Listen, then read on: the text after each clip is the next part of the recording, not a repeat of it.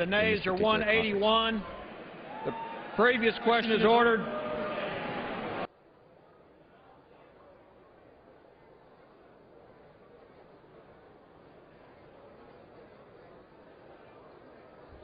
Question is ordered. The question is on adoption of the resolution. Those in favor say aye. Those opposed, no. The ayes have it. Speaker. What purpose does the gentleman from Massachusetts rise? On that I ask for a recorded vote. A recorded vote is requested. Those favoring a recorded vote will rise. A sufficient number having risen, a recording vote is ordered. Members will record their votes by electronic device. This is a 5-minute vote.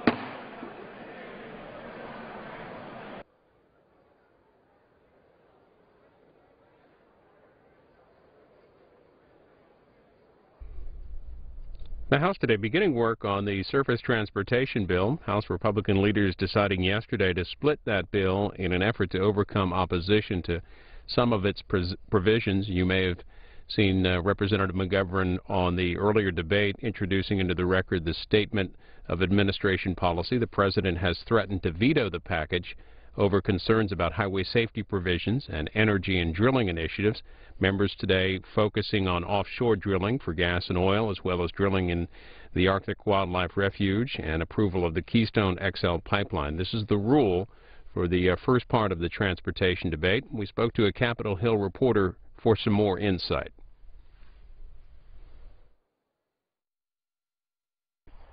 Joining us is Nathan Hurst with Congressional Quarterly. Why did House Republicans split this surface transportation bill into 3 separate parts? Well, they were looking at some real trouble getting the policy and finance titles of the bill moved as a whole.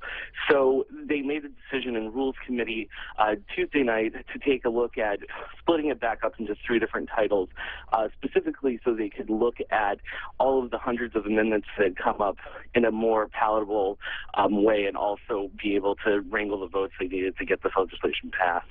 The portion they'll be dealing with today deals with expanding oil and gas drilling. So what does that cover? Well, that covers a big part of the pay-for mechanism of H.R. 7, the combined bill. Not only does it cover offshore oil and gas drilling in places like the Gulf of Mexico, but there's also an opening up of the Anwar Reserve, which has been a big controversy in Alaska. But it would also provide, again, a lot of the pay-for money for this bill, since there's no will to raise the gas tax to pay for it. A number of lawmakers will be allowed to offer amendments related to the Keystone XL pipeline. How are they seeking to change the bill?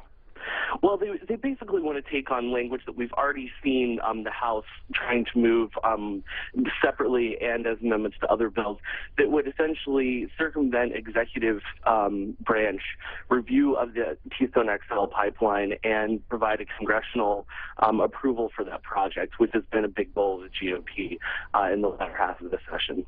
The second part of the financing portion of this legislation deals with government pensions. What are Republican leaders trying to do there?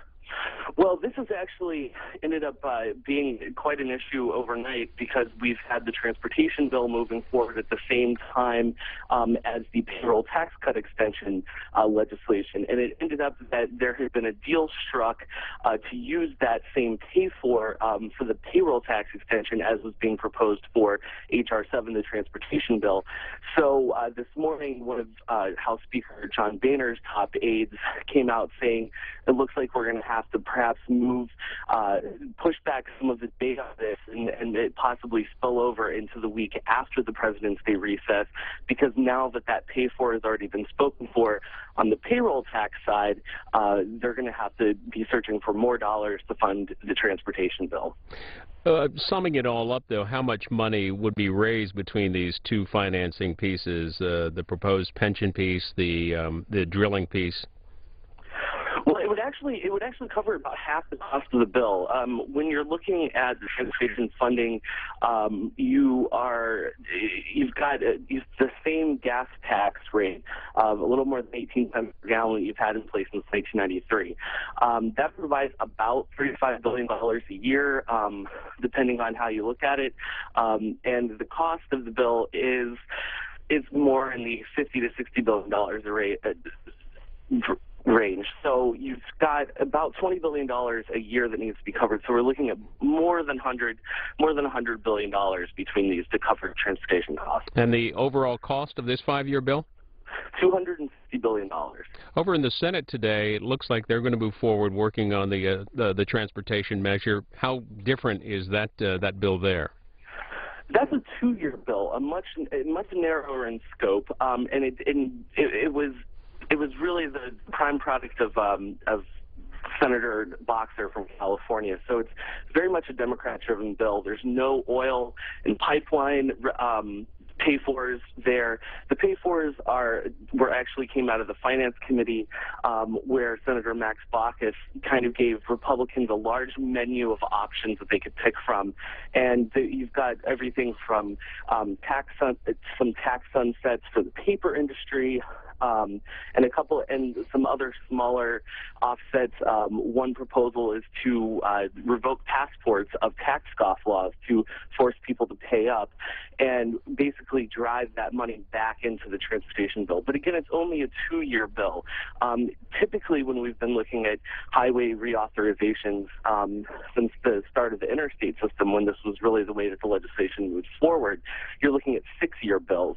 So this is the shortest term bill that we were looking at. It has a $109 billion cost, which right now, given the fact that there's an insistence upon paying for everything and not adding to the deficit, it seems at least a little more viable to get some bipartisan buy-in. But as we're seeing in the Budget Committee this morning, and also some finance portions that were marked up earlier this month, there's still some consternation there as far as how you're going to get that $12 billion gap, which is what you're seeing on the Senate bill. Covering the transportation debate on Capitol Hill, Nathan Hurst with Congressional Quarterly. Read more at CQ.com. Thanks for the update. Absolutely.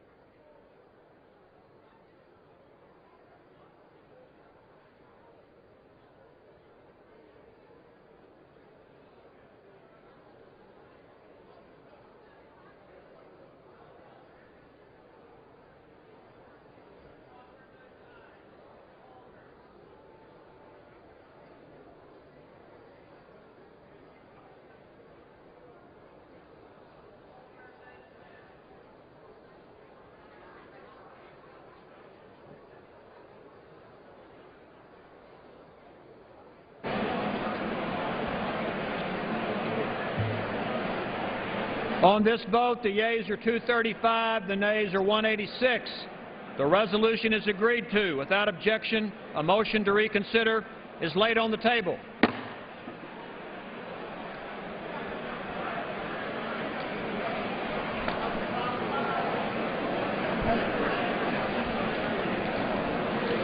The unfinished business is a vote on the motion of the gentleman from Pennsylvania, Mr. Kelly, to suspend the rules and pass H.R. 2079, on which the yeas and nays are ordered. The clerk will report the title of the bill. H.R. 2079, a bill to designate the facility of the United States Postal Service located at 10 Main Street in East Rockaway, New York, as the John J. Cook Post Office. The question is, will the House suspend the rules and pass the bill? Members will record their votes by electronic device. This is a 5-minute vote.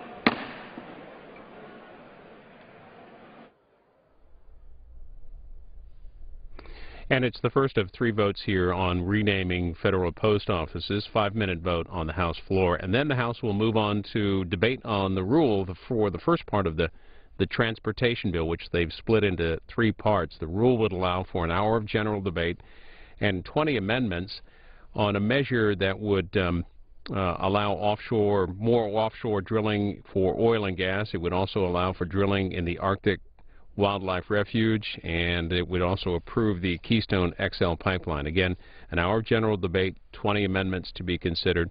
We expect their next round of votes to be about 6 o'clock. In writing about the overall transportation bill, the Hill wrote today that the GOP bill would pay for road and transit projects over the next 5 years and reauthorize the collection of the federal gas tax. It also authorizes expanded domestic and oil gas drilling, as we mentioned.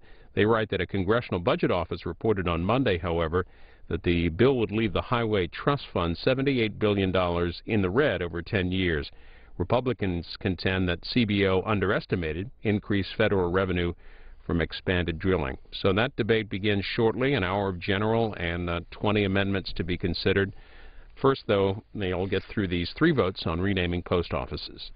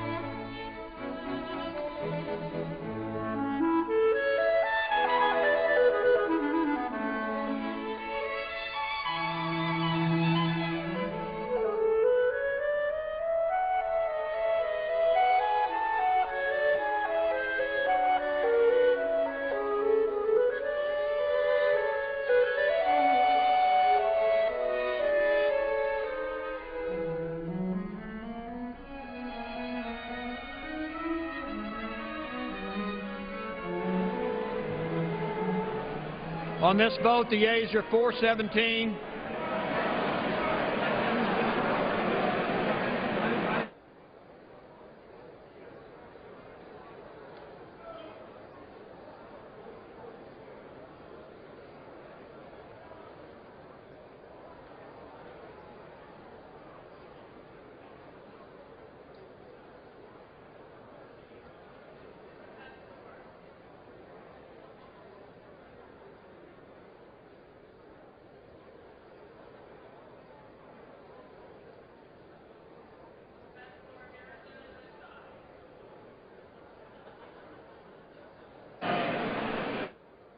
On this vote, the yeas are 418, the nays are 2.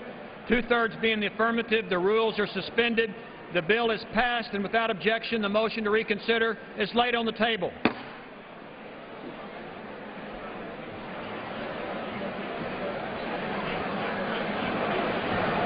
The unfinished business is a vote on the motion of the gentleman from Pennsylvania, Mr. Kelly, to suspend the rules and pass H.R. 3247, on which the yeas and nays are ordered. The clerk will report the title of the bill.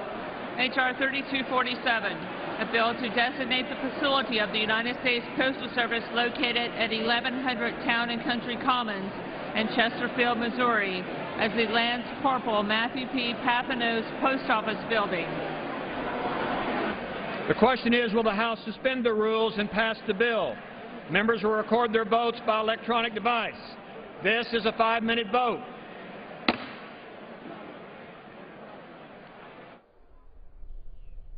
One more 5-minute vote after this, and the House will then move on to an hour of general debate on a part of the transportation bill, part that is what can be called one of the pay-fors. This one deals with allowing offshore drilling for oil and gas, also opening up drilling in Alaska's Arctic National Wildlife Refuge, and approving the Keystone XL pipeline. An hour of general debate and 20 amendments to be considered. Ken Salazar, the Interior Secretary, is on Capitol Hill today testifying before the House Natural Resources Committee. Ben Geman of the Hill reports that Secretary Salazar not convinced that the House plan on opening up oil, gas, and drilling will provide the funds needed for the transportation bill. In that testimony, writes Ben Geman, that Secretary Salazar said, quote, "We know that these places are not going to be developed in the near term at all, that they would provide less than 10% of the revenue needed for surface transportation." He said it will not fund the transportation needs of the United States. Secretary Salazar on Capitol Hill today testifying on the 2013 budget for his department.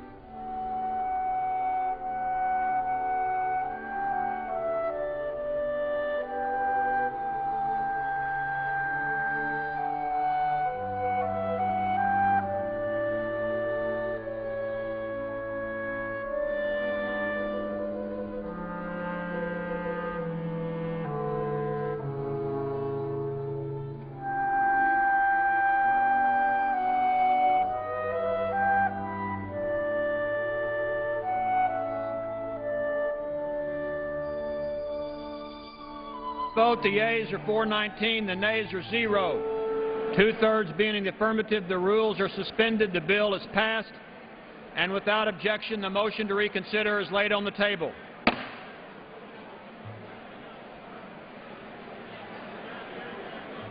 The unfinished business is a vote on the motion of the gentleman from Pennsylvania, Mr. Kelly, to suspend the rules and pass H.R. 3248, on which the yeas and nays are ordered. The clerk will report the title of the bill. H.R. 3248, a bill to designate the facility of the United States Postal Service located at 112 South 5th Street in St. Charles, Missouri, as the Lance Corporal Drew W. Weaver Post Office Building. The question is, will the House suspend the rules and pass the bill? Members will record their votes by electronic device. This is a 5-minute vote.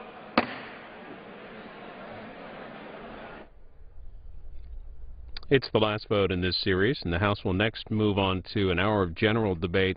The first part of the transportation debate, this was the measure that would expand offshore oil and gas drilling, open up part of the Alaska Arctic National Wildlife Refuge, and also approve the Keystone XL pipeline. An hour of general debate, 20 amendments to be considered. They won't finish work on it today, more than likely. The next round of votes we expect will be about 6 p.m. Eastern. C-SPAN's been covering over the last couple of days a number of hearings on the President's 2013 budget. The President introduced the budget, unveiled the budget on Monday, and a number of hearings since then, including today. Transportation Secretary Ray LaHood, Health Secretary Kathleen Sebelius testifying on their department's budget. And in just a few minutes, Secretary Napolitano, Janet Napolitano, head of Homeland Security, will be testifying before the House Homeland Security Committee. We'll have that live for you on our companion network, C-SPAN 3.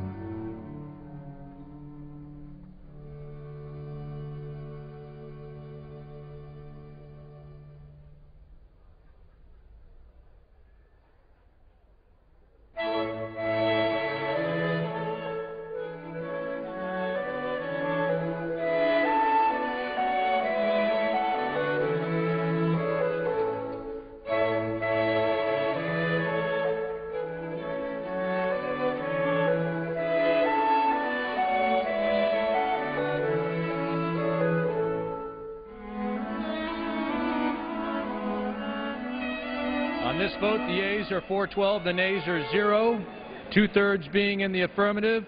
The rules are suspended. The bill is passed, and without objection, the motion to reconsider is laid upon the table. For what purpose does the gentleman from Washington seek recognition? Mr. Speaker, I ask unanimous consent that all members may have 5 legislative days in which to revise and extend their remarks and include extraneous material on the bill H.R. 3408. Without objection, so ordered. Pursuant to House Resolution 547 and Rule 18, the Chair declares the House and the Committee of the Whole House on the State of the Union for consideration of H.R. 3408. The Chair appoints the gentleman from Texas, Mr. Poe, to preside over the Committee of the Whole.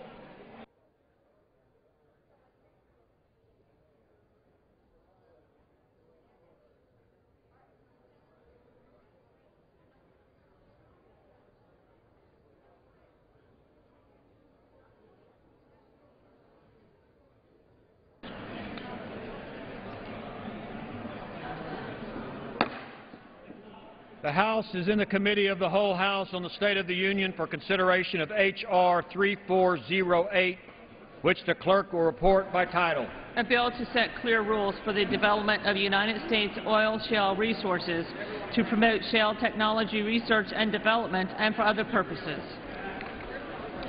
Pursuant to the rule, the bill is considered read the first time. General debate shall not exceed 1 hour with 40 minutes equally divided and controlled by the Chair and the ranking minority member of the Committee on Natural Resources, and 20 minutes equally divided and controlled by the Chair and ranking minority member of the Committee on Energy and Commerce. The gentleman from Washington, Mr. Hastings, and the gentleman from Massachusetts, Mr. Markey, will each control 20 minutes. The gentleman from Michigan, Mr. Upton, and the gentleman from California, Mr. Waxman, will each control 10 minutes. The Chair recognizes the gentleman from Washington, Mr. Hastings. Mr. Chairman, the committee is not in order.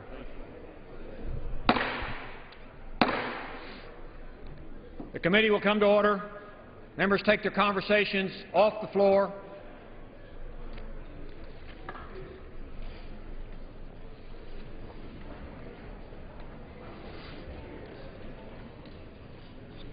The gentleman from Washington is recognized. Thank you, Mr. Chairman. I yield myself as much time as I may consume. The gentleman is recognized.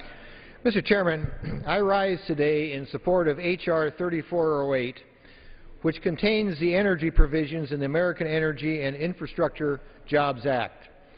This is an action plan to create jobs that will vastly expand American energy production, lower gasoline prices, strengthen our national economic security, and generate new revenue to help pay for infrastructure, and, Mr. Chairman, all without raising taxes or adding to the deficit.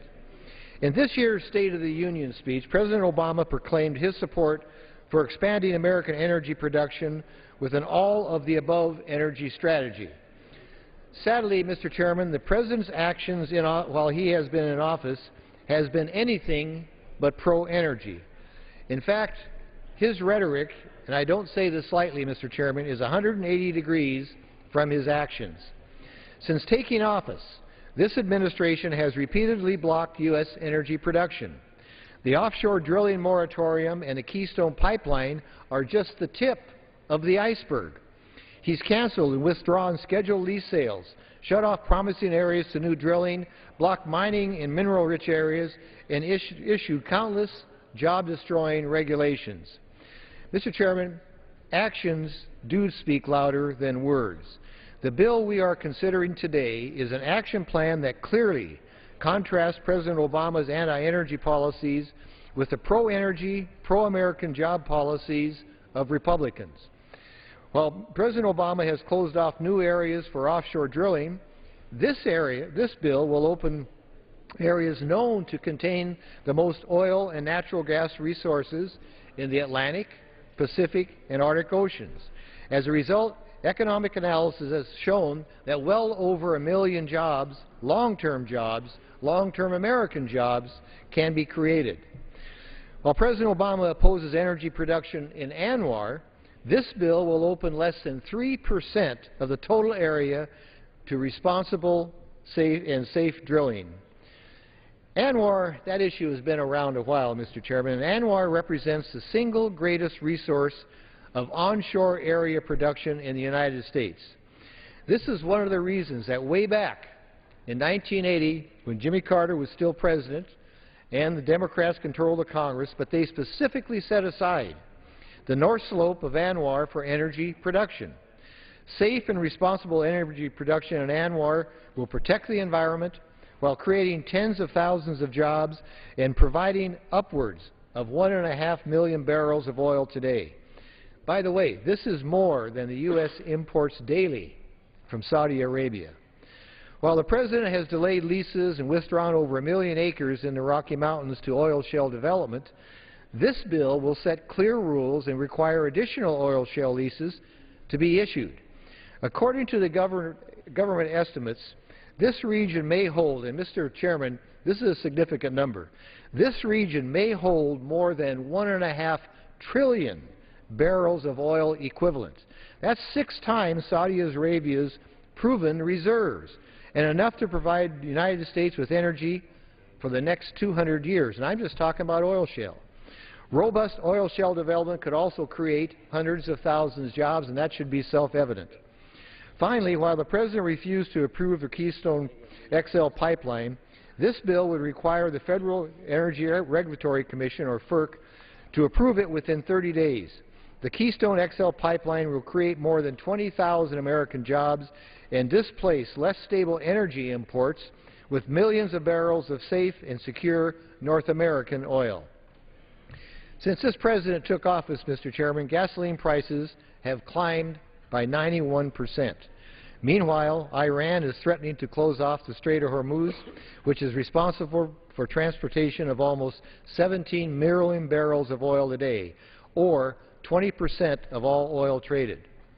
Prices will only climb higher if we don't take action now to increase our energy independence and develop our own energy resources. Today, Mr. Chairman, Republicans are moving forward with a plan to create more jobs and create more American energy. And with that, Mr. Chairman, I reserve the balance of my time. The gentleman from Washington reserves his time. The gentleman from Massachusetts, Mr. Markey, is recognized. Thank you, Mr. Chairman. I yield myself as much time as I may consume.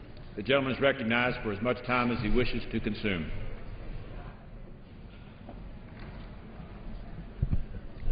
Unfortunately, according to the Congressional Budget Office, these drilling measures the Republicans are bringing out on the House floor today together would only raise $4.3 billion over 10 years, less than 1/10 of the revenue shortfall needed to fund our highways.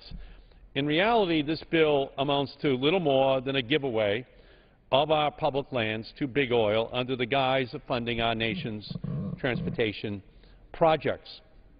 And most estimates are that no new revenue will be produced that is usable for this transportation bill. Across the United States, oil production is at its highest level in nearly a decade. Natural gas production has reached levels we have never seen before in the United States. Oil production on public lands offshore is higher than it was during each of the last 3 years of the Bush administration.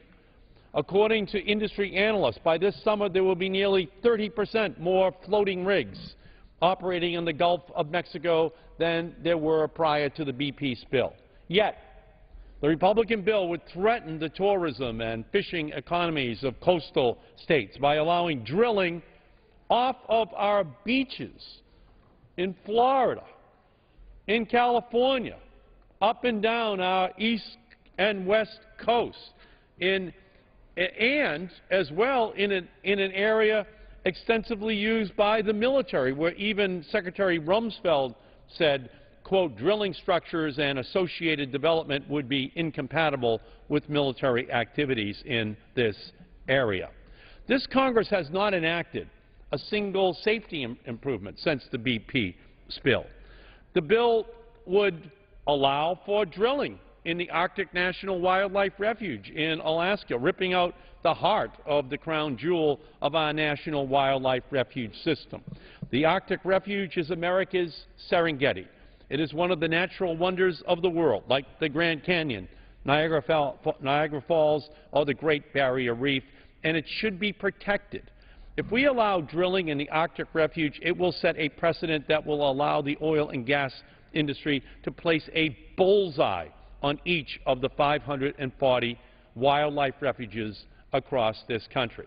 And this legislation would rush to give away 125,000 acres of public land in Colorado, Utah, and Wyoming to big oil for oil shale development.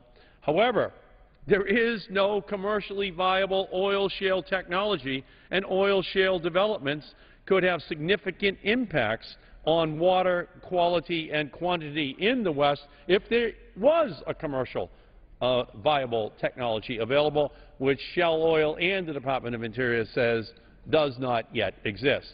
In fact, the Government Accountability Office has said that the impacts of oil shale development on water could be significant but are unknown. What's more, this provision has been included by the majority despite the fact that the Congressional Budget Office says that it would not raise any revenue over the next 10 years to fund our highways. So understand that. This is a provision which CBO says raises no revenue in the next 10 years. But it's just stuck in here. Oil and gas industry would like to see it, so they just toss it in. Nothing to do with funding transportation. And the majority's drilling bills wouldn't even ensure that American natural gas stays here in America to help our consumers. Natural gas prices are 6 times higher in Asia than they are right here. They are more than 3 times higher in Europe than they are right here. Low natural gas prices have been driving the economic recovery of the United States. We have far more natural gas in our country, and it's very low price than we have oil. And what the Republican bill will allow to happen is for this natural gas to be exported around the world. And exporting of our natural gas would eliminate our competitive edge by driving prices up by as much as 54%, according to the Department of Energy. Not ensuring that the natural gas stays here in the United States ensures that the majority, the Republicans, are imposing a de facto natural gas tax on American agriculture, manufacturing, chemicals, steels, plastics, by allowing our gas to be exported. Here's what T. Boone Pickens says about the idea of exporting American natural gas. Here's what he says. If we do it, we're truly going to go down as America's dumbest generation. It's bad public policy to export natural gas. Our natural gas is 6 times cheaper than Asian. It is 3 times cheaper than European. What are we doing exporting it? We should keep it here for our own farmers, for our own industries, for our own consumers. That's how we begin to put ourselves on a path of energy independence. I agree with T. Boone Pickens. We should keep our natural gas here. We should not be following the Republican energy plan of drill here, sell there, and pay more. If we sell this natural gas around the world, the Department of Energy says the price is going up 57% here because we'll have less of it. That's how supply and demand works. The same dynamic exists in the Keystone portion of the bill, where Republicans have failed to include any assurances that even a drop of the oil or the fuels will stay in this country. When I asked the president of TransCanada, the pipeline company from Canada, whether he would be willing to commit to keeping the oil that passes through this pipeline in the United States, he said no. And why? Because the oil companies and the refineries want to export the fuels to the highest bidders around the world, leaving the American people with all of the environmental risk and little or none of the energy or economic benefit. So drill here, sell there, pay more. That's not the Republican mantra. Drill here, drill now, pay less. Now they've morphed into what the oil and gas industry want. Okay? And all of the economic indicators point to the conclusion that our consumers will be harmed by that. And on the question of the totality of the economic benefits for our country, they are simultaneously proposing to kill the tax breaks for the wind industry, which is now creating 85,000 jobs in our country in the face of the wind industry saying that they will have to lay off 40,000 people over the next year unless the production tax break for the wind industry stays on the books. So all of this is basically upside down as an energy policy. My strongest admonition to the members who are listening to this debate is to vote no on this Republican proposal. I reserve the balance of my time. The gentleman from Massachusetts reserves his time. The gentleman from Washington is recognized. Thank you very much, Mr. Speaker. Mr. Speaker, I'm pleased to yield 3 minutes to the former chairman of the Natural Resources Committee and the former chairman of the Transportation Committee, the gentleman from Alaska, Mr. Young. Thank you for yielding. The gentleman from Alaska is recognized. Thanks for yielding, and I rise in strong support of 3408. I'm really here to talk about ANWR. You know, I just wrote a little poem. It's not too good, but it's Old Mother Hubbard went to the cupboard to fetch a barrel of oil. Lo and behold, none was there. Lack of action by this Congress, beware. ANWR still lays bare. Time to drill for the people of America. We have argued this battle over and over again. The gentleman from Massachusetts says no use for atomic power, no use for ANWR. We're in good shape. But look at the price of gas, Mr. and Mrs. America. It'll go to $5. $5. And you say this won't solve the problem. I've heard this before.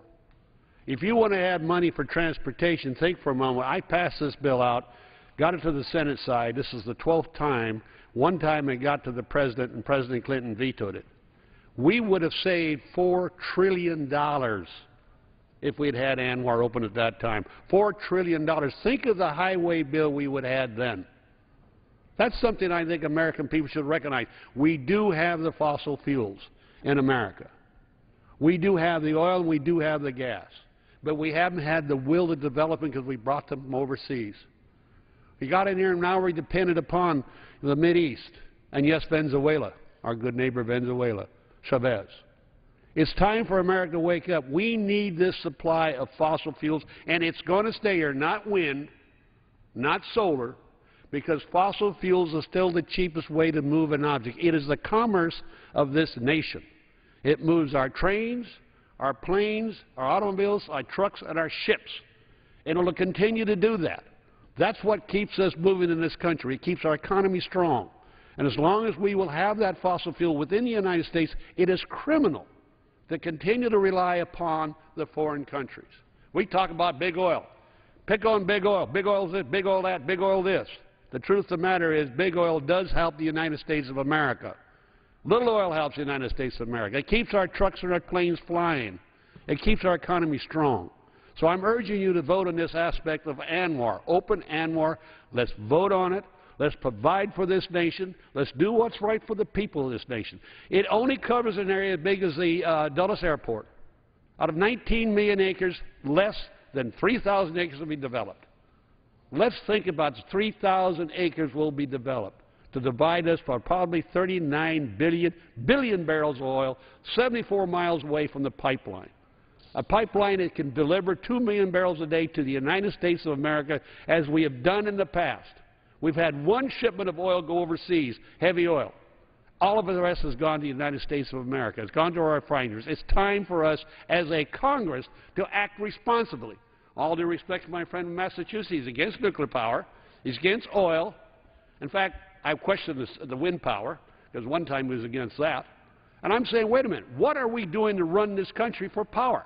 How do we get our economy going again? That is the key to our economy, is energy. Good, cheap energy. Yield back. The gentleman yields back his time. The gentleman from Washington reserves. The gentleman from Massachusetts is recognized. Yes, I yield myself 2 minutes. The gentleman is recognized for 2 minutes.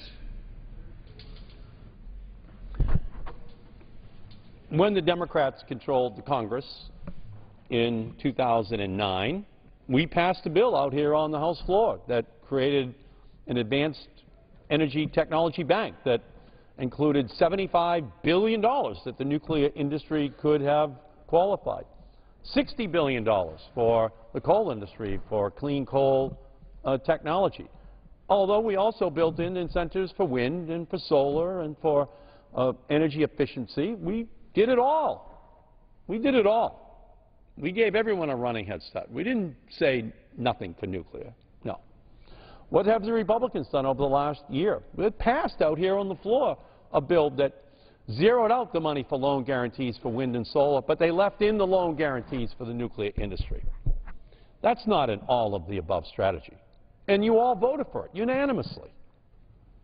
No. Here's where we are.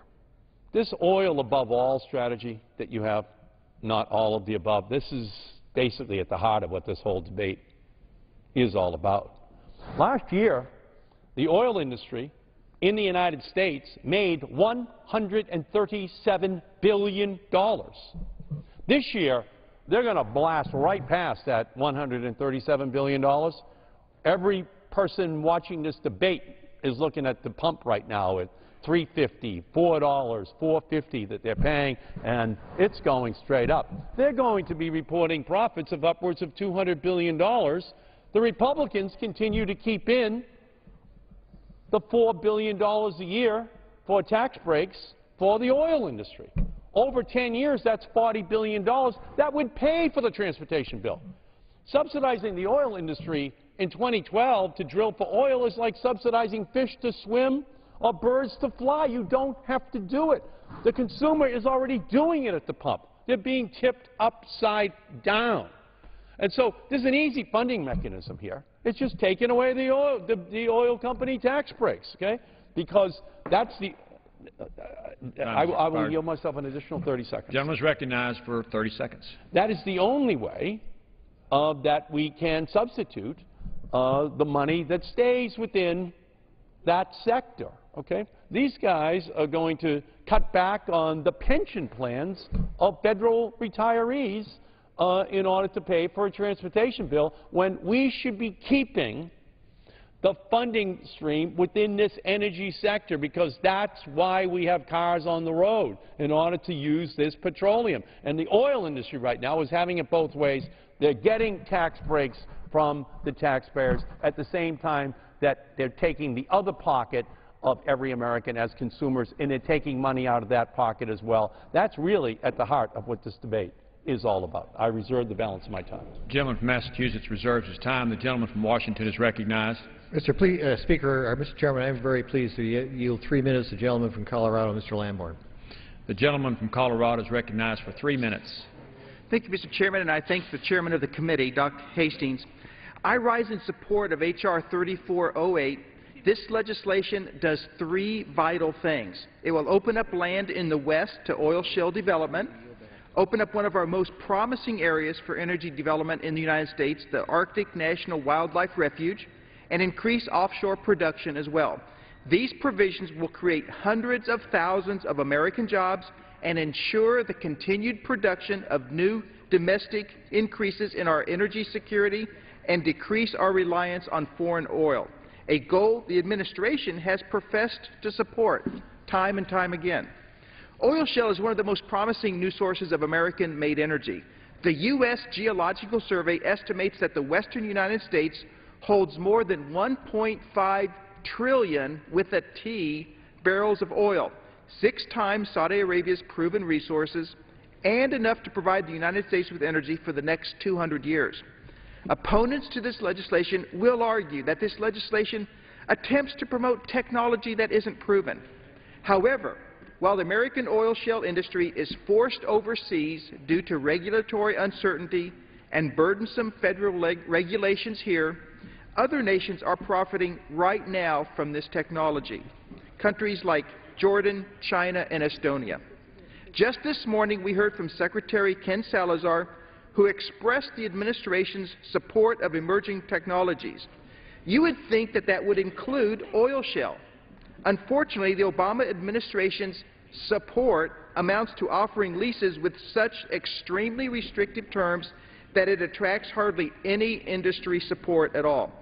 As a result, countries overseas which get over 90% of their total energy supply from oil shale, like Estonia, have robust oil shale industries. I asked Secretary Salazar how this administration can say it promotes new energy while stifling research development of this tremendous energy potential, oil shale, and he had no good answer. Now, this legislation also opens up energy in Alaska, specifically the less than 3% of ANWR that the bill deals with. This area was set aside by President Carter in 1980 precisely for oil and gas development. The Arctic National Wildlife Reserve holds the single greatest potential for a new domestic energy source within the United States. Offshore, this legislation would increase drilling in federal waters while ensuring protection for our offshore military operations and fair and equitable revenue sharing for all coastal states. This energy legislation will create consistent policies to move the domestic energy industry forward and create good-paying American jobs for thousands of Americans. People say all the time to me, why don't we have a better energy policy in this country? This legislation does exactly that. I urge my colleagues to support H.R. 3408. Thank you, Mr. Chairman, and I yield back. The gentleman yields back. The gentleman from Washington reserves. The gentleman from Massachusetts is recognized. Mr. Chairman, may I inquire as to how much time is remaining on either side? Both sides have 9.5 minutes remaining. I yield 3 minutes to the gentleman from California, Mr. Garamendi. The gentleman from California is recognized for 3 minutes. Thank you, Mr. Speaker. My good friend and colleague just asked a very good question. Why don't we have a good American energy policy? You won't get it with this bill. This may be the worst American energy policy I've ever seen. Oil shale? Are you kidding me? There is no way that you're going to see oil shale developed within the United States in any time, probably in our lifetime. It didn't work in the 1980s. It's not likely to work in the next 2 decades. So what's this all about?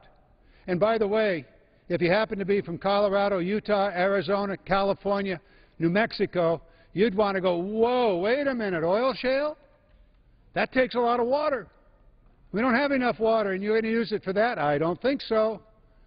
Come on, let's get real here. We do need a real energy policy. You're going to open up ANWR? There are some very special places in this world, and ANWR happens to be one of them. The Arctic National Wildlife Refuge happens to be one of those places. You're not going to open it up. And by the way, those of us from California, my good friends on the Republican side are always talking about state rights, always talking about state rights. And your little piece of legislation here strips away the right of California to take care of its own coastline.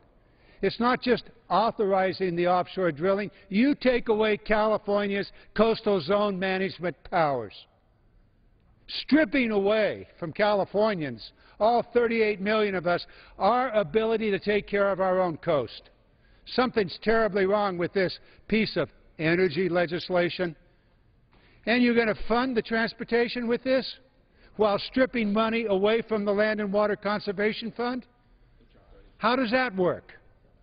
How does that work? And by the way, the money won't be there anyway. This is not an energy policy. This is a stupid policy. And it ought to be 435 reasons. Each and every person in this House is affected in a negative way by this piece of legislation. 435 of us ought to say, put this aside, just as we have discovered the underlying bill on transportation has found little support and has to go back and be reworked because of its insufficiencies. This is no way to fund a transportation bill. This is no way to treat California. This is no way to have an energy policy for America. Yes, we do need an energy policy. We do need to have many different elements to it, but we don't sacrifice those special places like the California coast, like the Arctic National Wildlife Refuge, like Bristol Bay, like the coast of Florida, like the east coast of the United States. We do not sacrifice that for an energy policy that doesn't solve the problem that this is purported to solve. I yield back my time. The gentleman from California yields back. The gentleman from Massachusetts reserves. The gentleman from Washington is recognized. Thank you, Mr. Chairman. Mr. Chairman, I'm pleased to yield 3 minutes to the gentleman from Tennessee, Mr. Duncan.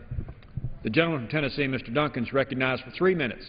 Thank you, Mr. Chairman, and I thank the gentleman from Washington for yielding me this time, and I thank him for his leadership on this very important bill, and I rise in strong support of this legislation. This administration, Mr. Chairman, has a Secretary of Energy who told the Wall Street Journal that we should be paying the same price for gasoline as they're paying over in Europe, and at the time he said that, they were paying $8 to $9 a gallon. Well, I know that most environmental radicals come from very wealthy or very upper-income families, and perhaps they can afford gasoline at $8 or $9 a gallon, but most people can't. In fact, Mr. Chairman, many experts are predicting we're going to be at $5 a gallon by as soon as this summer. And I can tell you that's going to hurt a lot of poor and lower income and working people if we go to even $5 a gallon. And it's going to hurt a lot of small towns and rural areas because people in those places generally have to drive longer distances to go to work. I represent, Mr. Chairman, a large part of the Great Smoky Mountains National Park.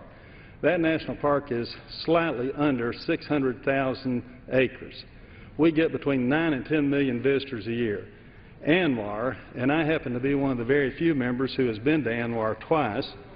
It is the most barren place I've ever been to. Mr. Young, Chairman Young, estimated that there's 100 miles without a tree or bush on it.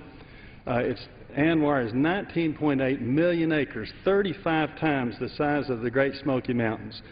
Time magazine said they get about 200 to 300 visitors a year, and you have to be a survivalist to go in there.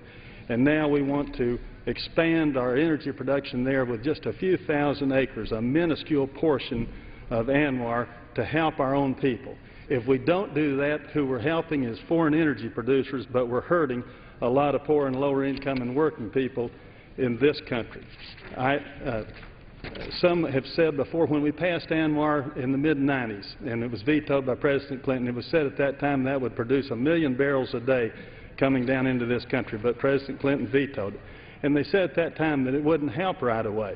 Well, it would sure be helping now if it hadn't been vetoed. And in addition to that, if we would start developing more of our natural resources now, some of these foreign energy producers would have to start bringing their prices down. And I think, in fact, I'm convinced this legislation would start helping right away, or at least in a very short time. And we need to start putting our own people first once again instead of just having